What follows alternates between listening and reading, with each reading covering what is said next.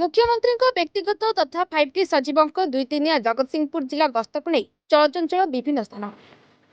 गतकाली प्रथम दिन में 5T सचिव बीके पांड्यान जिलार 12टी स्थान को दिनतमा माराथन गस्तर विभिन्न उन्नयनमूलक कार्यर समीक्षा करने सह 4टी स्थान में जनशुणाणी जोगदे मिशन शक्ति महिला छात्र छात्री तथा साधारण जनता आपत्ति अभियोग ग्रहण करते।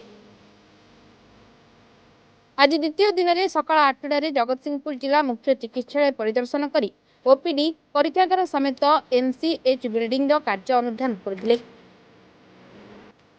जगतसिंहपुर जिलार प्रसिद्ध शक्तिपीठ कनकपुर स्थित मां शारदा मंदिर दर्शन करने सहित मंदिर सौंदर्यकरण निमंते निर्माणाधीन कार्यर समीक्षा करते।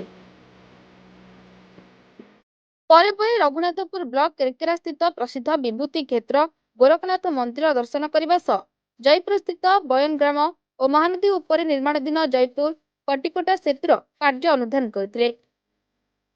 शेष दिन 11:05 रु 11:50 पर्यंत बिरडी ब्लॉक ध्यानकुद स्थित पंचसखा मंदिर दर्शन करने सहित सेठारे आयोजित जनशुणाणी जोगदेवे।